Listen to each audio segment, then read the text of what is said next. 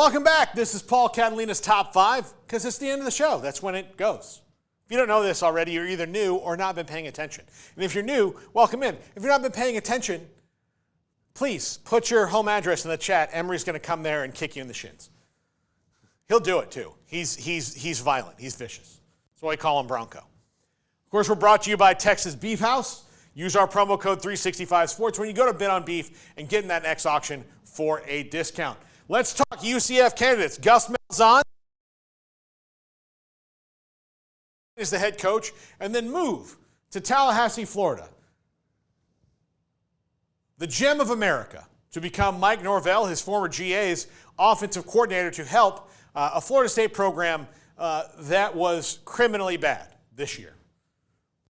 Some people should be prosecuted. I don't know what's on the DA's docket in Leon County, but if you would like to prosecute them for being this bad, I support you. But Gus Malzahn going there to be the offensive coordinator. UCF doesn't seem like the fan base is all that mad about this decision either. So let's dive into some of the candidates for that job. Number 5, Ryan Silverfield at Memphis is a Mike Norvell disciple, has won at Memphis consistently, and really rained on the parade of one of the top candidates in this job's potential season this past weekend when they beat Tulane.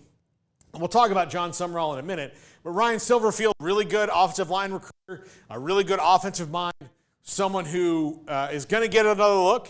They really do like him at Memphis, and they're going to have to fight off some FedEx money to get him if they wanted to, but someone they should look at. Number 4, Will Stein at Oregon.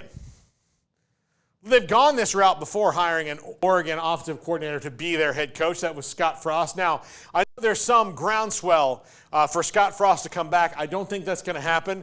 So what's the new model, Scott Frost? It's the Will Stein.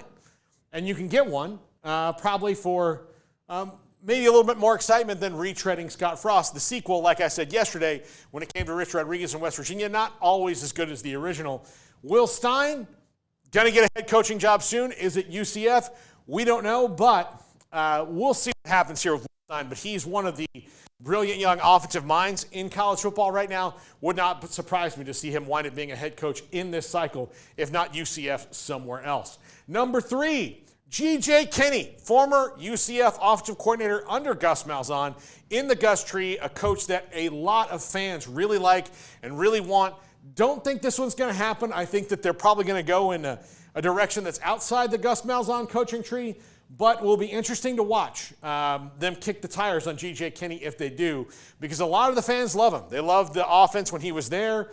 They're very intrigued by what he could be as a head coach. Young, dynamic, played the NFL, knows just about everybody in the world. He's an up-and-comer, and would not surprise me to see him on the list either. Number 2, Glenn Schumann, defensive coordinator at Georgia. This would be outside Gus's tree. And also, you're talking about the defensive coordinator of the Georgia Bulldogs, someone who's recruited in the SEC, recruits Florida, Georgia, Alabama, all those areas, and can come into Orlando and put some of those recruiting strongholds there back in Central Florida. Not a head coach yet, hasn't been a head coach, but again, a young guy with a lot of potential and has been winning games at Georgia under Kirby Smart. He's got great tutelage. I absolutely think Glenn Schumann would be a great fit for the Knights at UCF. And number 1, Jon Sumrall from Tulane. He probably would have been the Kentucky coach last year had Mark Stoops not taken, or had actually taken the A&M job. But that worked out for maybe all sides but Mark Stoops. I don't know.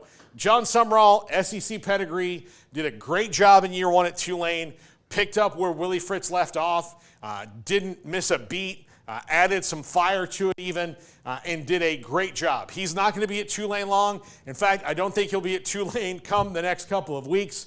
I think Jon Sumrall at UCF makes a ton of sense. They'll be aggressive, intense. That's the kind of fire that they want and need. Jon Sumrall at UCF, fantastic fit. And I think this is who they should zero in on as their top candidate. But again, we'll see. Terry Mahajer's been on our show a bunch of times. He's never once told me what he looks for in a head coach because he didn't think he needed to tell us that because Gus Malzahn was their head coach. So what he looked for was Gus Malzahn. Well, what's he looking for now? We don't know. We'll find out in the coming days and weeks. But Jon Sumrall, my number one choice for UCF head coach. That's going to do it for the top 5. Smokey, let us out of school.